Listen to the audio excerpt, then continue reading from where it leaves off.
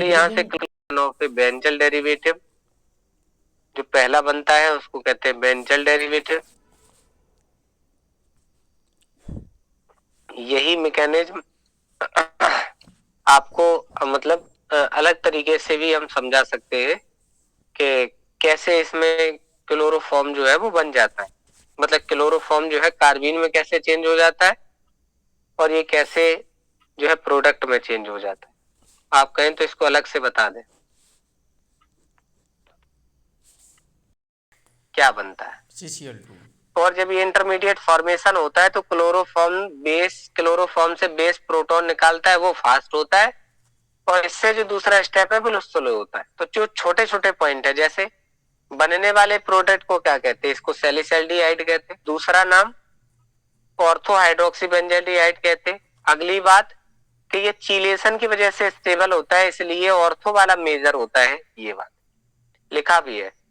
predominance of ortho isomer in this reaction is due to the greater stability because of the intramolecular hydrogen bonding, यानी कि इसी को क्या कहते हैं साहब, चीलेशन। बस इससे ज्यादा 5-6 तरीके के क्वेश्चन बनते हैं, बस उससे ज्यादा नहीं पूछा जाए। आइए कुछ क्वेश्चन देखते हैं इस पे।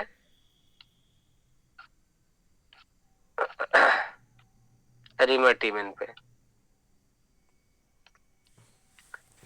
अगर क्वेश्चन नहीं पढ़ पा रहे हैं तो फिर हम स्क्रीन को रोटेट कर दें। क्या बताइए, पहला क्वेश्चन समझ आ रहा है कि छोटा लग रहा है?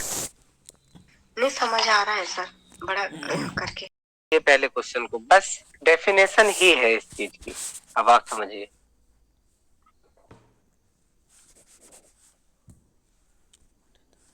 रिवर्टिमन रिएक्शन हो जाएगा sir answer. Yes yes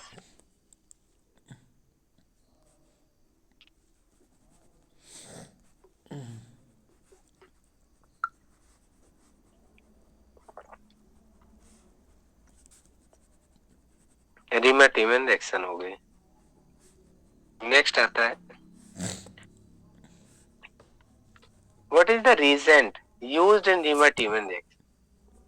chloroform, A and B दोनों। क्लोरोफॉर्म, ब्रोमोफॉर्म, आइडोफॉर्म या फिर दोनों, ए और बी दोनों? अभी बताया भी था हमने, आइडोफॉर्म भी करते हैं क्योंकि बड़े साइज का होता है, लेकिन क्लोरोफॉर्म ब्रोमोफॉर्म आप यूज कर सकते हैं। क्वेश्चन नंबर 3 पे आते हैं। What is the product of Reimer Tiemann reaction of phenol? Salicylaldehyde sir. Salicylaldehyde और पैरा हाइड्रोक्सी बेंजल्डिहाइड को क्या सैलिसल्डिहाइड नहीं कहते क्या? कहता है। तो दोनों ही सही होंगे, यही चीज कही थी। 3-4 टाइप के क्वेश्चन बन रहे तो 8 सब मिला के कितने क्वेश्चन बना लेंगे, जितनी बातें बताई। What is the mechanism of Reimer Tiemann reaction? किस टाइप की होती है? Electrophilic substitution. इलेक्ट्रोफिलिक सब्स्टिट्यूशन ने बताया था एग्जांपल। जी सर। क्योंकि बेंजीन की रिंग होती है, H30 है, उसी पे कार्बीन आ जाता।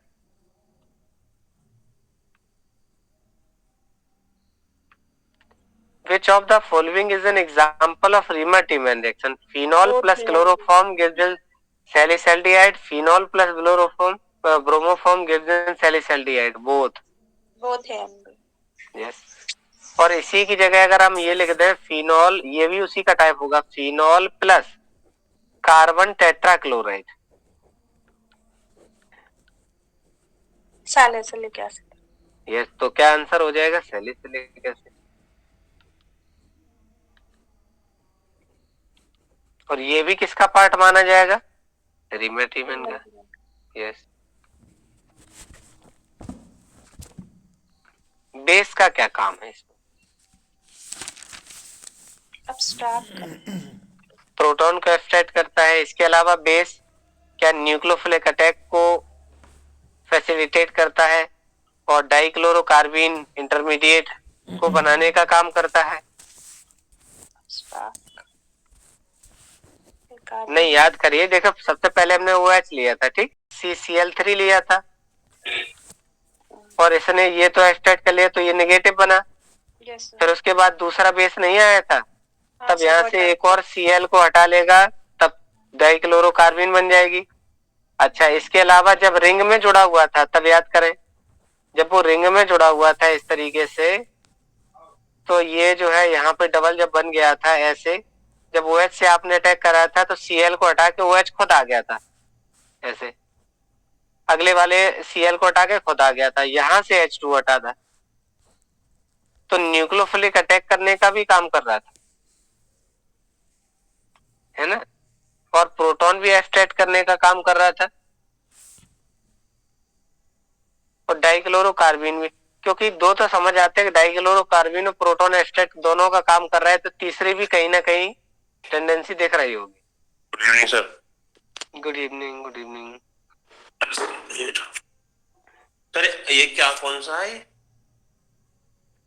विच is the intermediate from Reimer Tiemann reaction, dichlorocarbene या केवल कार्बीन या फिर A, B या इनमें से कोई नहीं।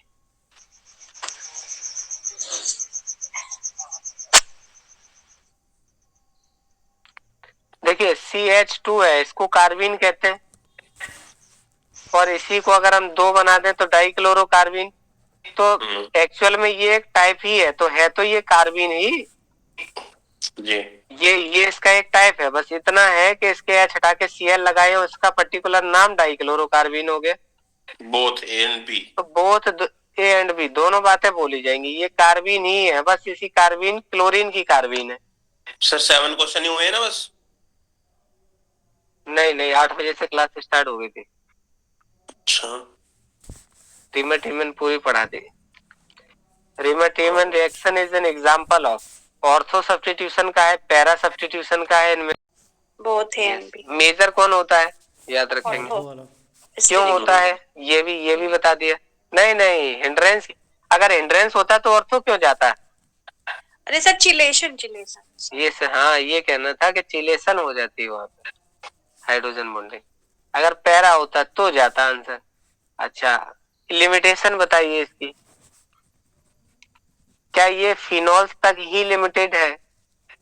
एरोमेटिक इमेंस नहीं देते हैं, एलिफेटिक जो कंपाउंड है वो नहीं देते, तो ये लिमिटेड केवल फिनॉल तक है, ये बात सही है, क्योंकि एरोमेटिक एमीन्स नहीं देते हैं, और एलिफेटिक जो कंपाउंड है वो किसमें, रिंग में ही होगा। क्यों? क्योंकि ये इलेक्ट्रोफिलिक सब्स्टिट्यूशन का एग्जांपल है, और aliphatic compound substitution electrophilic substitution नहीं देते। ठीक है जी सर। और लास्ट तो एक क्वेश्चन होता ही है कि रिएक्शन किसके नाम से है? बोथ रीमन। यस, दोनों के नाम है Karl, yes, Karl Reimer and the Ferdinand Tiemann. Yes, तो इस तरीके से आपका ये रीमा-टीमन जो है समाप्त होता है। अब 3 रिएक्शन आपके पास रह जाएंगे इसकी, ये आइदर पॉजिटिव चार्ज और नेगेटिव चार्ज।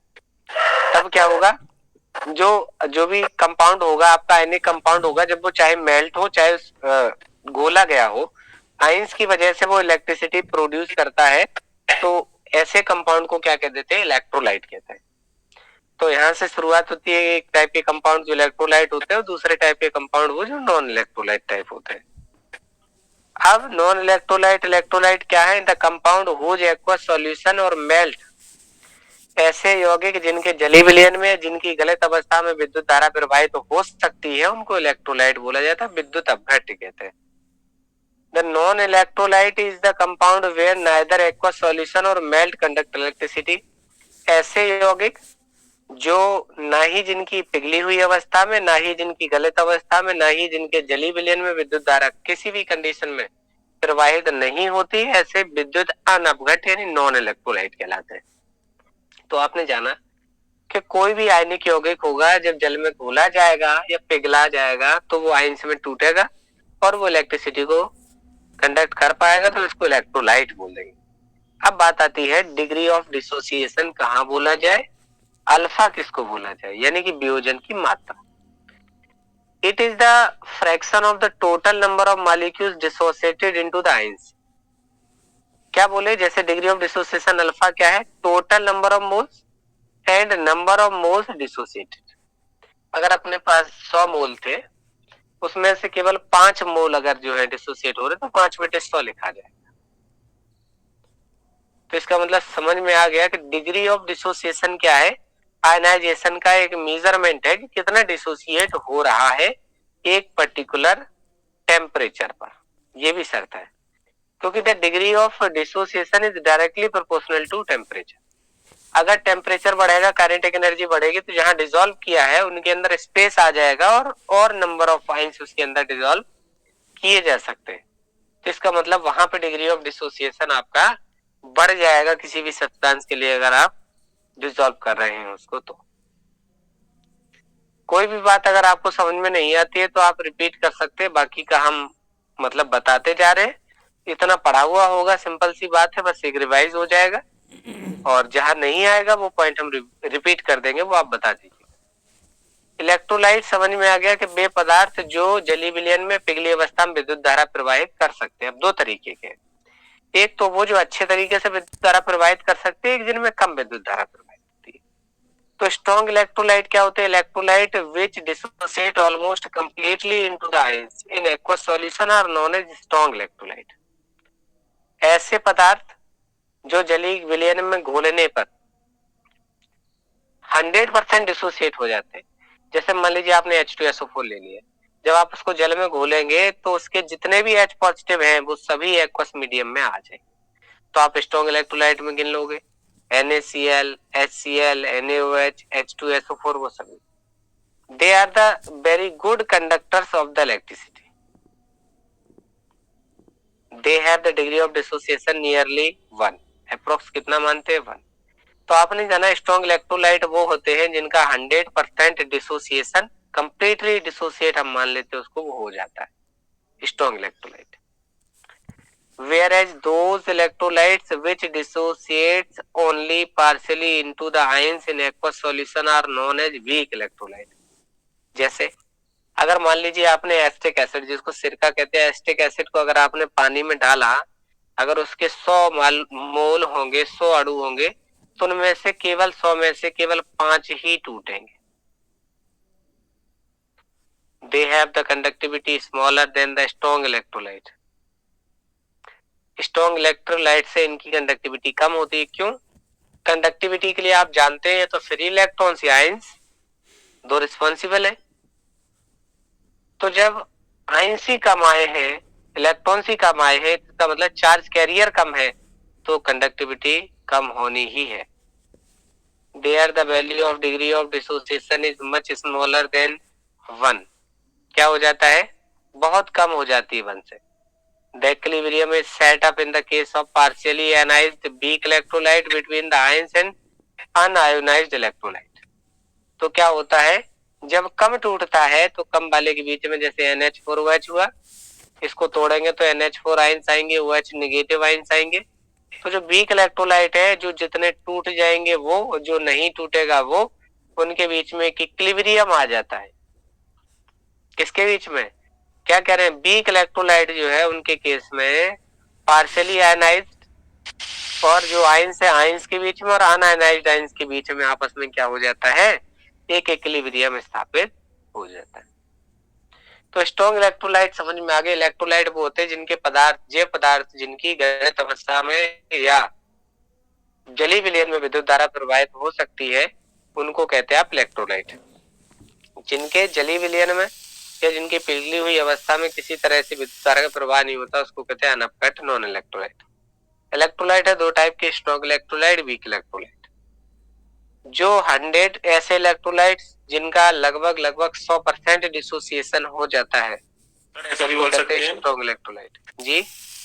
जिसका डाइपोल मोमेंट ज्यादा होगा वो अच्छा इलेक्ट्रोलाइट नहीं, जितने पोलर होंगे जो प्लस माइनस में टूटते होंगे, वो सभी कंडक्टिविटी शो करेंगे। बस फर्क इतना है कि जिसमें कम पोलैरिटी होगी, जिसमें आयनाइजेशन कम होगा, वो वीक में आएंगे, हाँ, और जो वही कह अच्छे रहा हूँ। प्लस माइनस में टूटते होंगे तो वो स्ट्रॉन्ग इलेक्ट्रोलाइट हो जाएंगे। दूसरी बात कि भले ही प्लस माइनस अच्छा है, लेकिन अगर हाँ। बॉन्ड ब्रेक नहीं हो रहा, अगर टूट भी नहीं रहा है, तो फिर स्ट्रॉन्ग बेकार है। इलेक्ट्रोलाइट की कैटेगरी में मत डालना। हाँ, केवल ठीक है, देखे डायपोल मोमेंट हम चार्ज बता सकते हैं, लेकिन हमें चाहिए क्या? डिसोसिएशन। Dissociation।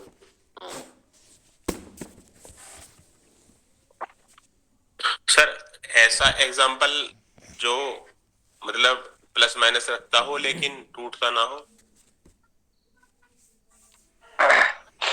जैसे NF3,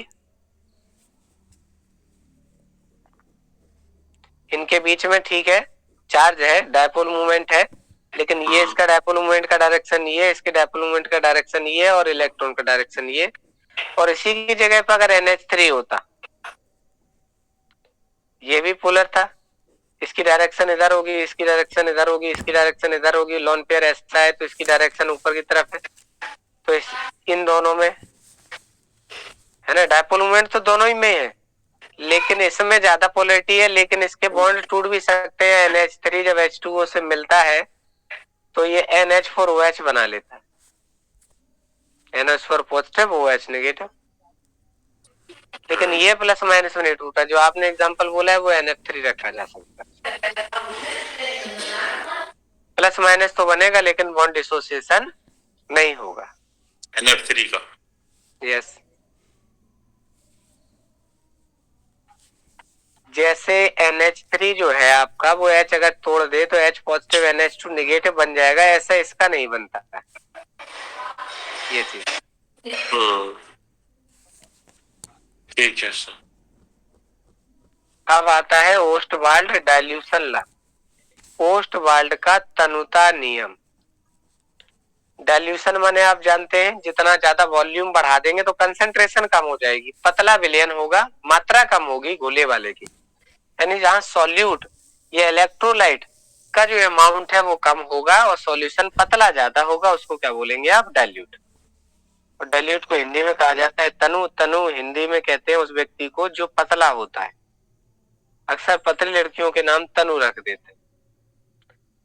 post-walled dilution law is applicable only on weak electrolyte, पहले ये भी समझना है। जो वीक इलेक्ट्रोलाइट होते हैं उनके लिए ओस्टवाल्ड डाइल्यूशन लॉ लगाते हैं, और जो स्ट्रॉन्ग इलेक्ट्रोलाइट होते हैं उनके लिए डिवाई हकल इक्वेशन लगाते हैं, डिवाई हकल। और पूरा बोला जाए तो डिवाई हकल ऑन सैगर होता है, डिवाई हकल ऑन साइगर इक्वेशन। और अगर वीक इलेक्ट्रोलाइट के लिए है तो ओस्टवाल्ड लॉ। दोनों लॉ क्लियर हो गए? स्ट्रॉन्ग के लिए डिवाई हकल और वीक के लिए ओस्टवाल्ड। तो Ostwald's dilution law is applicable only in weak electrolyte, not in strong electrolyte.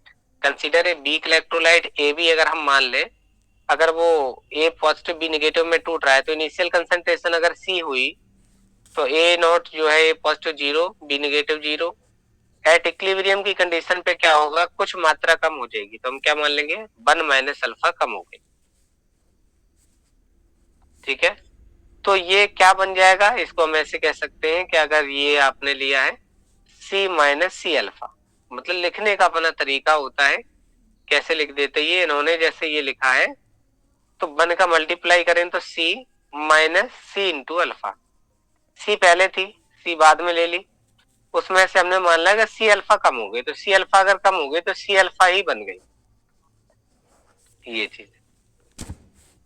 अब आप लॉ ऑफ इक्विलिब्रियम अप्लाई कर दीजिए। अगर इक्विलिब्रियम कांस्टेंट अगर के निकालना है तो के इक्वल टू क्या हो जाएगा? A positive B negative divide by A B, तो C alpha into C alpha upon C into 1 minus alpha. तो क्या हो जाएगा? इनसे मल्टीप्लाई करेंगे, ये कैंसिल हो गया, तो सी इंटू अल्फा स्क्वायर बटे 1 minus, where the k is known as dissociation constant, as the alpha is very small and weak electrolyte। अगर अल्फा बहुत कम हो वीक इलेक्ट्रोलाइट के लिए, कम मानते हैं तो 1 से बहुत कम होता है अल्फा, तो 1 माइनस अल्फा अगर कम करोगे, बहुत कम, 1 से बहुत कम है, तो एक ही आंसर आएगा। जब एक आएगा तो एक चीज निकल के आएगी, के बराबर सी अल्फा स्क्वायर। और यही चीज आपको बस याद रखनी है कि अगर आपका वीक इलेक्ट्रोलाइट है तो जो इक्विलिब्रियम कांस्टेंट निकालेंगे, इसी को इक्विलिब्रियम कांस्टेंट को क्या कह रहे हैं, ए बी को ब्रेक होना, तो हम इसी को क्या करें, के डी कह लो, या डिसोसिएशन कांस्टेंट के डी। तो ये डिसोसिएशन कांस्टेंट क्या बन जाएगा, सी इंटू अल्फा स्क्वायर। बस आपको यही याद करना है, K equal to C into alpha square. केवल अल्फा निकालना हो, केवल अल्फा निकालना हो तो क्या हो जाएगा, के अपॉन सी।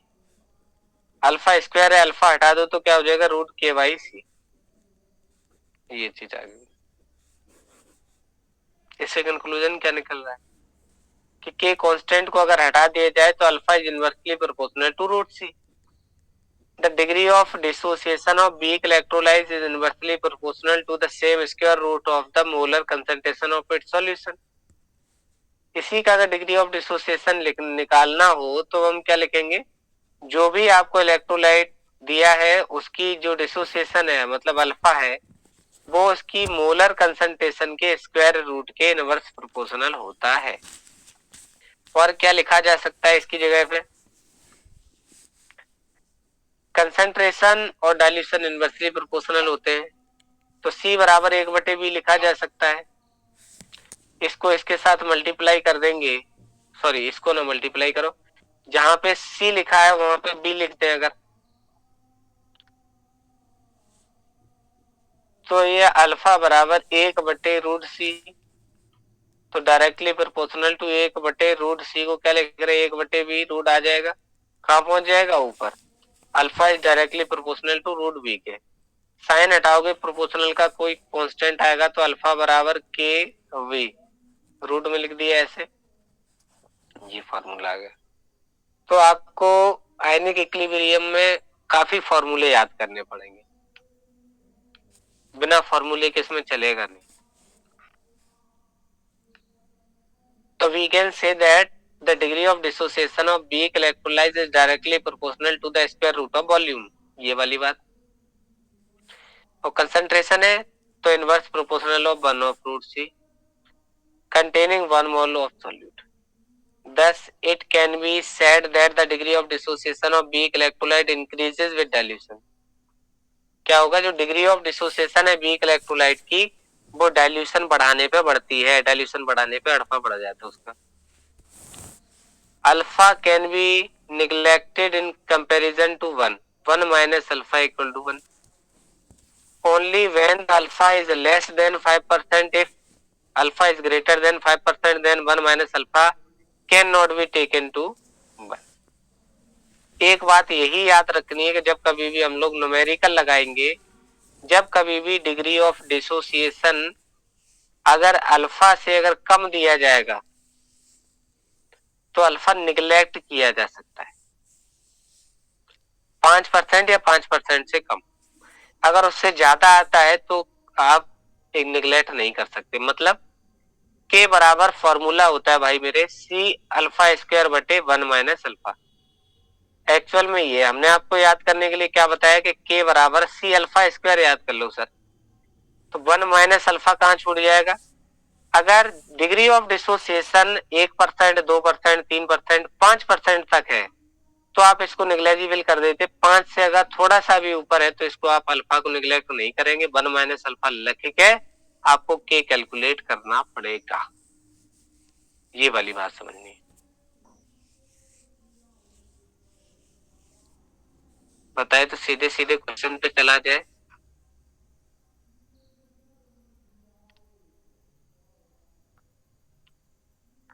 निकोटिनिक जी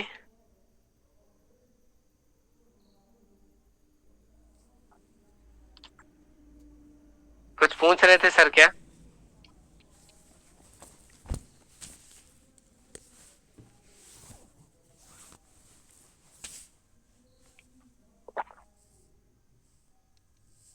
निकोटिनिक एसिड है, अल्फा ये दिया गया है ना, और वो रिप्रेजेंट किया जा रहा है HNiC से। कैलकुलेट द परसेंटेज डिसोसिएशन, यानी कि अल्फा पता करना है, which contains 0.1 mole of nicotinic acid पर 2 लीटर ऑफ सॉल्यूशन। क्या समझना है? क्या हमें अल्फा कैलकुलेट करना है और जो कुछ दिया गया उस पर रखना। सीधा सीधा सा आपको फॉर्मूला रखना है,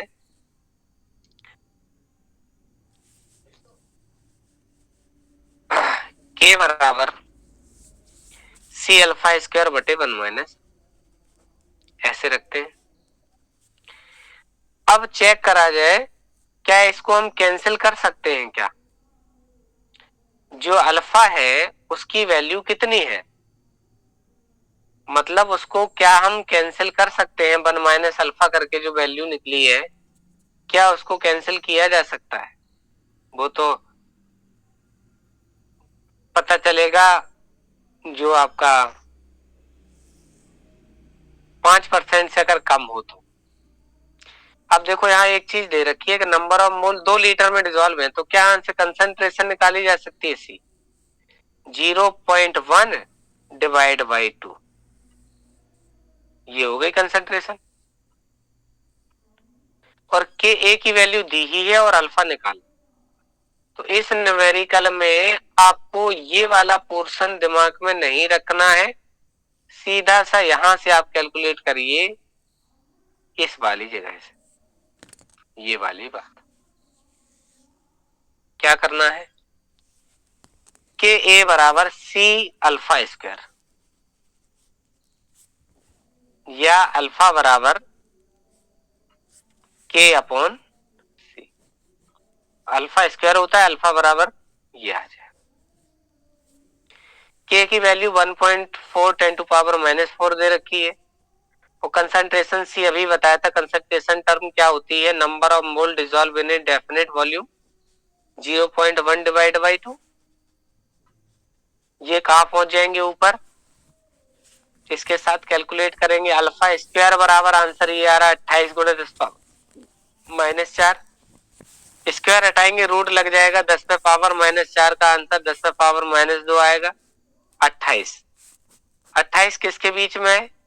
25, तो 5 का स्क्वायर, 36 तो 6 का स्क्वायर, तो इन दोनों के बीच का आंसर है। आंसर 5 से ज्यादा आएगा, आंसर 6 से कम आएगा। 5.9 10 पे पावर 5.92 10 टू पावर -2 है। परसेंट निकालना है, जैसे ही 100 से मल्टीप्लाई करेंगे ये दोनों कैंसिल हो जाएंगे। कितना आ गया? 5.9 या 5.3%। ऐसे क्वेश्चन कैलकुलेट किया जाएगा। बताइए कठिन था क्या?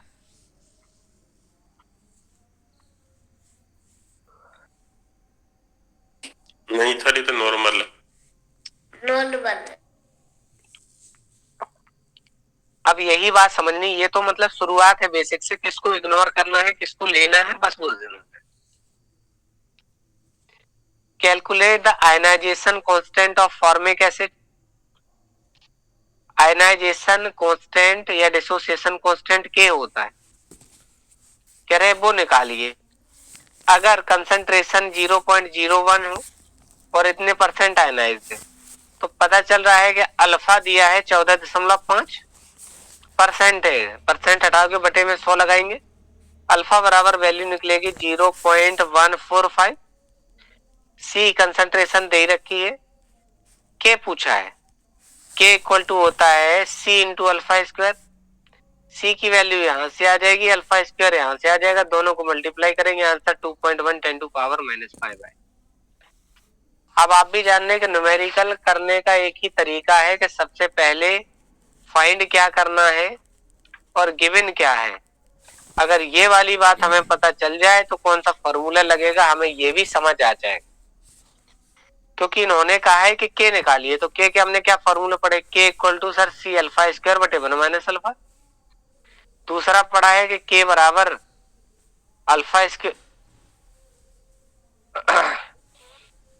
दूसरा क्या पढ़ा है? K equal to alpha square divide by, नहीं सी अल्फा स्क्वायर, क्योंकि 1 माइनस अल्फा को निगलेक्ट कर दें, तो K equal to C into alpha square और K equal to C alpha square बटे 1 माइनस अल्फा। ये दो तरीके होते हैं, इससे ज्यादा नहीं लगेगा कोई फॉर्मूला।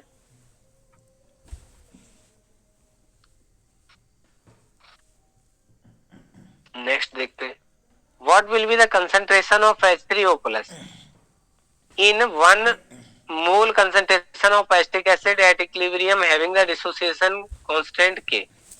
क्या दे रखा है? K दे रखा है। K की वैल्यू अपन को पता चल गई कितनी है, 1.8। K इक्वल टू है 1.8 into 10 to power -5। What will be the concentration of 1 molar concentration C 0.1 mole. क्या होगा 1 पॉइंट कंसंट्रेशन डिसोसिएशन कांस्टेंट इतना है तो कह रहा है H3O प्लस की कंसंट्रेशन बता दीजिए। तो यहां से हम क्या निकाल लेंगे sir, alpha. Alpha equal to होता है रूट में K रूट C। K की वैल्यू रखी, C की वैल्यू रखी, यहां से क्या निकल के आ गया, अल्फा। अब H3O प्लस क्या है, H3O प्लस कंसंट्रेशन पूछिए। 1 मोल का एसिटिक एसिड है तो 1 इंटू लिखेंगे, और जो अल्फा निकला है बस इससे कंसंट्रेशन निकल के आ जाएगी। सेम क्वेश्चन है, इस तरीके से बार बार रिपीट होता है। कहां से शुरू हुआ सर, एसिड बेस का। फिर क्या आएगा अगला, एसिड बेस के अलावा पीएच। अभी कौन सा आया, डिग्री ऑफ डिसोसिएशन अल्फा का। अगला क्या आएगा, बफर सॉल्यूशन, जब दोनों आपस में मिक्स कर देंगे। पीडीएफ देख लेना आप, ये चौथा और पांचवा आप खुद देख सकते हैं। हो जाएंगे। यहाँ पे कह रहे हैं कैलकुलेट द परसेंटेज डिसोसिएशन, यानी अल्फा पता करना है। के दे रखा है, सी दे रखी है, सी है, के ए है, अल्फा पूछा है। क्या लगाएंगे, अल्फा बराबर अंडर रूट में के अपॉन सी। अगला है सॉल्यूशन ऑफ ऑर्गेनिक कंपाउंड, के ए दे रखा है, डिसोसिएशन अल्फा दे रखा है, कंसंट्रेशन सी पूछी है, बस वही लगाएंगे, अल्फा स्क्वायर बराबर के अपॉन सी। बस ये के बराबर के इक्वल टू होता है सी इंटू अल्फा स्क्वायर। ऐसे ऊपर का पोर्शन सेम है और आसान भी है।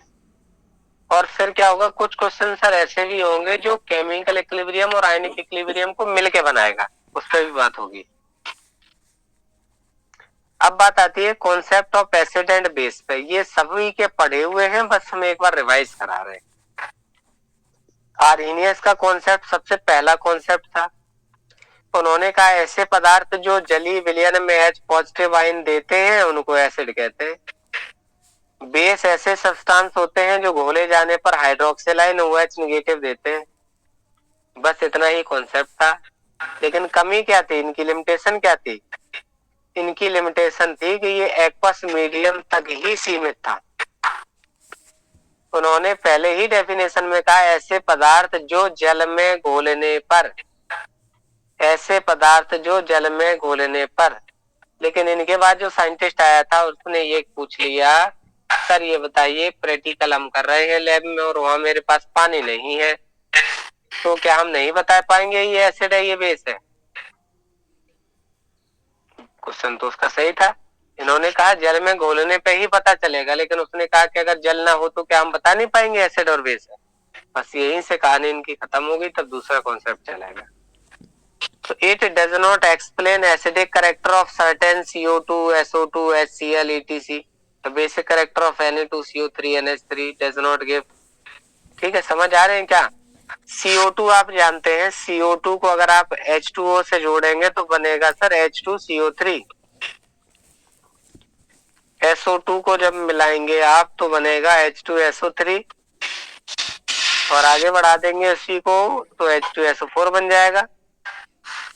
तो इनमें तो कहीं CO2 में और SO2 में H पॉजिटिव नहीं है, लेकिन ये है कैसे, एसिड है, इनमें तो नहीं है।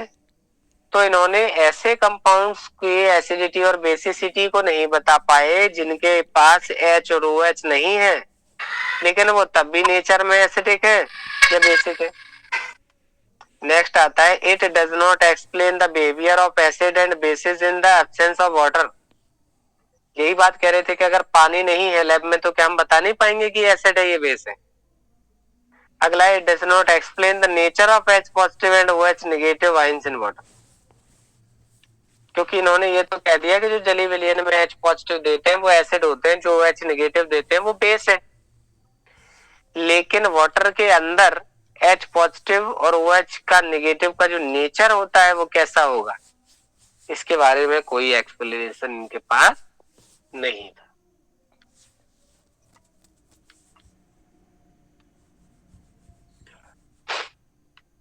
नेक्स्ट है acidic and basic nature of those compound which do not give H positive OH negative can be explained either reaction with the water, for example NH3H2O से रिएक्शन करके NH4OH बनता है, इसको अगर तोड़ दिया जाए तो OH नेगेटिव देगा।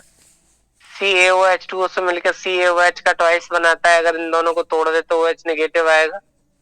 CO2H2O से मिलकर H2CO3 मिलाता है, H2CO3 को अगर तोड़ दें तो ये H पॉजिटिव आइंस देगा। SO3 को H2O से मिला H2SO4, इनके डिसोसिएशन पर H पॉजिटिव आएगा। यानी इस तरीके से रिएक्शन से देखा जाए तो हम बता सकते हैं कि किस टाइप का नेचर शो करेगा, एसिडिक या बेसिक। अच्छा, एसिड और बेस, इसका आरएनएस का कॉन्सेप्ट सबको समझ में आया, पढ़ा हुआ था एक बार सबका? हाँ सर, पढ़ा हुआ तो था। H पॉजिटिव देगा तो एसिड, एसिड, और OH नेगेटिव देगा बेस।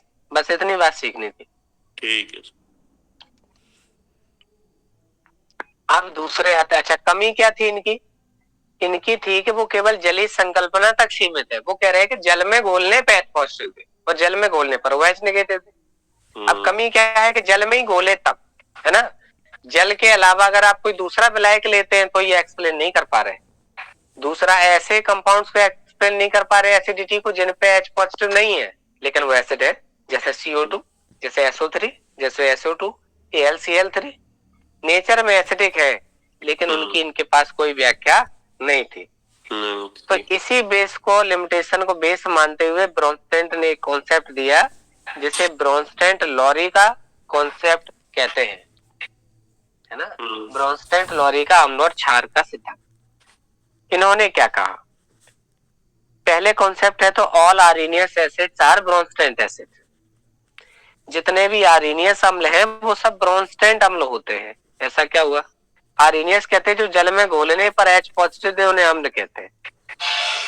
और H पॉजिटिव हाइड्रोजन तो एक परमाणु क्रमांक होता है और एक इलेक्ट्रॉन वो भी दे दिया तो इलेक्ट्रॉन क्या बचा? शून्य। और प्रोटॉन कितना बचा? एक, क्योंकि हाइड्रोजन पे एक ही प्रोटॉन होता है, एक ही इलेक्ट्रॉन होता है और न्यूट्रॉन जीरो होता है ना। न्यूट्रॉन तो ऑलरेडी जीरो था, एक प्रोटॉन था, एक इलेक्ट्रॉन था।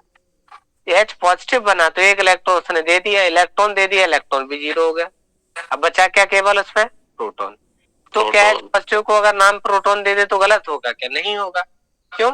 उस स्पीशीज के अंदर केवल एक प्रोटॉन ही है, अकेला। तो बस इसी को प्रोटॉन कह दिए। This concept defines the acids and base in terms of proton donor and proton acceptor. ये जो कॉन्सेप्ट है वो प्रोटॉन डोनर, प्रोटॉन एक्सेप्टर बोला जाता है। प्रोटॉन दाता, प्रोटॉन ग्राही सिद्धांत। क्या बोला? कि जो प्रोटॉन देते हैं उन्हें अम्ल कहते हैं। तो इनने क्या अलग कह दिया? कुछ नहीं। आर्हीनियस जिसे H पॉजिटिव कह रहे थे, ब्रोंस्टेंट ने इसे H पॉजिटिव को प्रोटॉन नाम दे दिया। बात तो वही है। तो हम ये कह सकते हैं कि all Arrhenius acids are Bronsted acid, क्योंकि जो सिद्धांत आर्हीनियस कह रहा है हम लोग को, जो बात वही चीज ब्रोंस्टेंट भी कह रहा है। तो जितने भी आर्हीनियस अम्ल हैं वो ब्रोंस्टेंट अम्ल होते हैं। सही बात। नेक्स्ट है, अब बेस में बदलता है। उन्होंने कहा OH नेगेटिव देता है वो बेस, और इन्होंने कहता जो H पॉजिटिव लेता है, H पॉजिटिव लेने वाले को बेस कहते हैं। तो इतना डिफरेंस है दोनों में। एसिड एसिड की सेम कहानी चल गई कि H पॉजिटिव दाता जो है, H पॉजिटिव देने वाले एसिड हो गए। यही बात आर्हीनियस कह रहा था, यही बात ब्रोंस्टेंट कह रहा था। लेकिन बात आती है बेस की, तो आर्हीनियस कहते हैं जो OH नेगेटिव देता है वो बेस है। हाँ जी, इन्होंने कहा, लेकिन जो H पॉजिटिव लेता है वो बेस है। ब्रोस्टेन ने कहा था। बस, तो ये बात। अब ब्रोस्टेंट ने कुल मिला के दो ही बातें कही हैं, H पॉजिटिव दाता, H पॉजिटिव ग्राही। H पॉजिटिव देने वाला एसिड होता है, H पॉजिटिव लेने वाला बेस होता है। इसीलिए इस थ्योरी को protonic theory of acid and base कहा जाता है।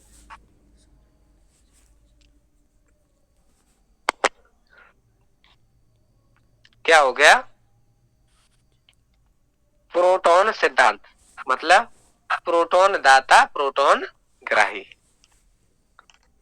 HCl H2O को लेके क्या बनाता है? H3O plus plus Cl CH3COOH H2O से मिलके H पॉजिटिव ले लेगा, H3O प्लस बनेगा, CH3COO नेगेटिव। बाकी का आप जानते हैं HNO3 है, ये एसिड है, एसिड है, H पॉजिटिव देगा तो HNO3 से क्या बनेगा? केवल NO3। अगला H3O plus. NH3 basic nature का होता है, H ले लेगा, H लेने के बाद यहाँ पे क्या बनेगा? NH4 positive plus OH negative. CO3 carbonate H2O से मिलेगा, HCO3 single negative plus OH negative. और Cl नेगेटिव भी एक्सेप्ट करेगा, ये HCl बनाएगा, ये OH नेगेटिव बनाएगा। तो आपको इतना समझना है कि जो H पॉजिटिव देने वाले हैं उनको कहते हैं एसिड, और जो H पॉजिटिव लेने वाले हैं उनको बेस कहते हैं। अब आप एक एग्जांपल बताइए, OH नेगेटिव किस नेचर का होगा, एसिडिक या बेसिक? तो H पॉजिटिव लेने वाला बेस होता है, और OH नेगेटिव तो वैसे भी बेस ही होता है। तो कोई भी सिद्धांत कहे बेस को तो बेस ही कहेगा। H पॉजिटिव देने वाला एसिड होता है, H पॉजिटिव दाता अम्ल होता है, और H पॉजिटिव ग्राही आपका क्षार होता है। तो OH नेगेटिव है, ये क्या करेगा? एक H को ले लेगा, जैसे ही H को लेगा ये क्या बना लेगा गुरुजी? H2O। तो H पॉजिटिव दाता, H पॉजिटिव देने वाले सभी अम्ल होते हैं। तो कोई भी सिद्धांत से आप पढ़ो, जो H पॉजिटिव डोनर है वो सभी एसिड्स ही होंगे, ये बात पक्की है। और जो H पॉजिटिव लेने वाले हैं वो बेस होंगे, ये भी बात पक्की है।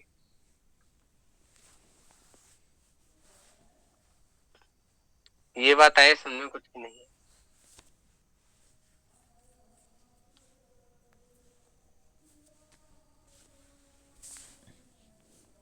बताइए, इतना क्लियर है क्या?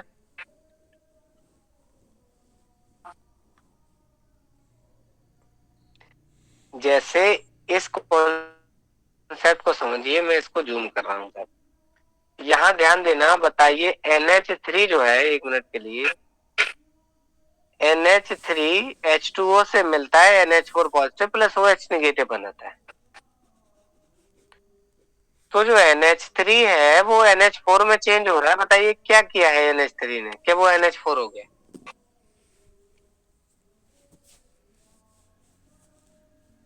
H पॉजिटिव को लिया ही तो है, एक लिया है तो 3 के कितने हो गए? 4।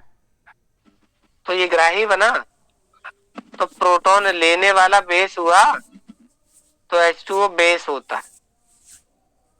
और इसने दिया है, तो ये क्या यहाँ पे है? हम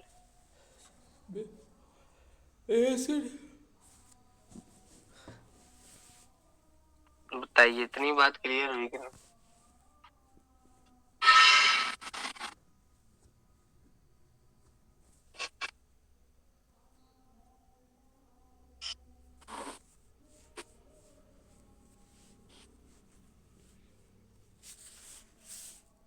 ये एसिड और बेस समझ में आया कॉन्सेप्ट क्या?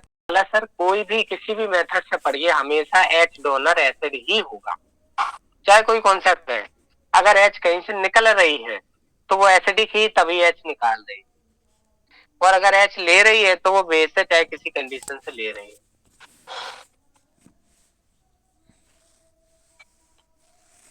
ठीक है, अब एसिड और बेस का कॉन्सेप्ट थोड़ा सा और बचा है, आगे बताएंगे, लेकिन आज थोड़ा सा थके हुए हैं तो मतलब